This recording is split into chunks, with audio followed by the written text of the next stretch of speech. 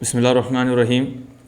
کسی کا کہنا تھا کہ اگر میں اسلامک طریقے سے نکاح کرتا ہوں تو ظاہر سی بات ہے نا اس میں بارات کا کھانا ہوں اور نہ دہیج کی رسم ہوں گی، لیکن اس کی وجہ سے ہو رہا یہ کہ میرے رشتہ دار مجھ سے ناراض ہو رہے۔ تو ایک طرف تو اسلام رشتہ داری جوڑنے کا حکم دیتا اور یہاں رشتہ دار ناراض ہو رہے، تو اس کا کیا سلوشن ہے؟ تو دیکھیے، اسلام جو رشتہ داری جوڑنے کا حکم دیتا وہ اس موقع کے لیے نہیں ہے۔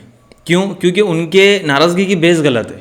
وہ بیس کیا ہے کہ آپ اللہ کے آرڈر کو فالو کر رہے ہیں، تو ان کی تو اس ناراضگی پر بھی آپ کو انشاءاللہ ثواب ملے گا، جو کہ مجھے ایسا لگتا ہے اس زمانے میں بہت مشکل کام ہے۔ کیونکہ آج ہمارے لیے زیادہ امپورٹنٹ یہ ہو گیا کہ لوگ کیا کہیں گے، لوگ کیا سوچیں گے، جبکہ شریعت کیا کہہ رہی ہے، نبی کیا کہہ رہے ہیں، ہمیں اس سے کوئی لینا دینا نہیں۔ کیونکہ مخلوق کا ڈر آج ہمارے اندر پیدا ہو گیا، جبکہ قرآن کہتا ہے کہ اللہ اس بات کے زیادہ لائق ہے کہ اس سے ڈرا جائے۔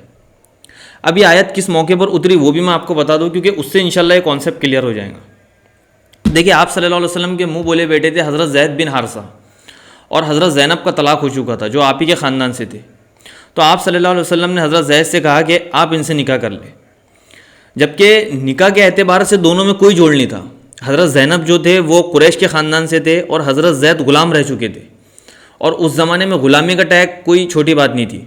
تو حضرت زینب اس رشتے سے راضی نہیں تھے، لیکن صرف آپ صلی اللہ علیہ وسلم کے کہنے پر آپ نے نکاح کیے۔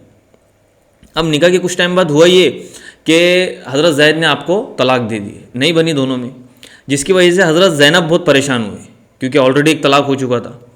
اب ہوا یہ کہ آپ صلی اللہ علیہ وسلم کے اوپر ایک بوجھ آ گیا، کیونکہ آپ کے کہنے پر حضرت زینب نے نکاح کیے تھے، جبکہ وہ اس نکاح سے راضی بھی نہیں تھے۔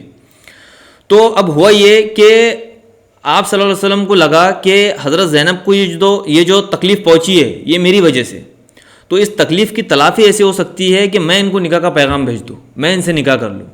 لیکن پھر آپ کو خیال آیا کہ حضرت زید جو ہے وہ میرے منہ بولے بیٹے ہیں، اور عرب منہ بولے بیٹے کو حقیقی بیٹا سمجھتے تھے، جبکہ اسلام کی نظر میں منہ بولے بیٹے کی کوئی حیثیت نہیں ہے۔ تو آپ کو لگا کہ اگر میں حضرت زینب سے نکاح کرتا ہوں تو عرب کہیں گے کہ دیکھو انہوں نے اپنی بہو سے نکاح کر لی ہے، جبکہ اسلام کی نظر میں وہ بہو ہے ہی نہیں۔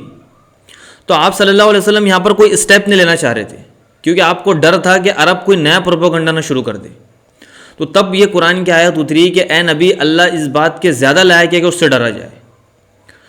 تو اس آیت سے صاف پتہ چل رہا ہے کہ جہاں اللہ کا آرڈر اور مخلوق کا ٹکراؤ ہوگا وہاں اللہ کے آرڈر کو ترجیح دی جائیں گی۔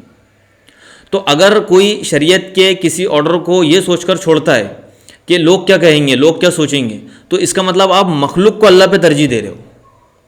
تو کہنے کا مطلب یہ ہے کہ آپ بالکل اسلامک طریقے سے نکاح کریں، اگر کوئی ناراض ہوتا ہے تو اس کو ہونے دے، کیونکہ یہ رسم آج مسلمانوں میں اتنی عام ہو گئی کہ اس کو ختم کرنا مشکل ہے۔ تو اس کے لیے آپ کو قربانی دینی پڑے گی، کیونکہ ہو سکتا ہے کہ آپ کے رشتہ دار آپ سے ناراض ہو جائے، لوگ آپ کو طعنے دے، خود آپ کے گھر والے آپ کے خلاف ہو جائے، لیکن میں آپ کو بتاؤں اللہ آپ سے خوش ہوں گا، کیونکہ آپ یہ کر کس کے لیے رہے؟ اللہ کے لیے۔ تو اس زمانے میں اللہ کو راضی کرنے کے لیے مخلوق کو ناراض کرنا یہ کوئی چھوٹی قربانی نہیں ہے۔ تو انشاءاللہ اللہ آپ کو اس پر نوازے گا۔ تو جتنا ہو سکے سادگی سے نکاح کرے اور لڑکی کے باپ کے اوپر زیادہ بوجھ نہ ڈالے۔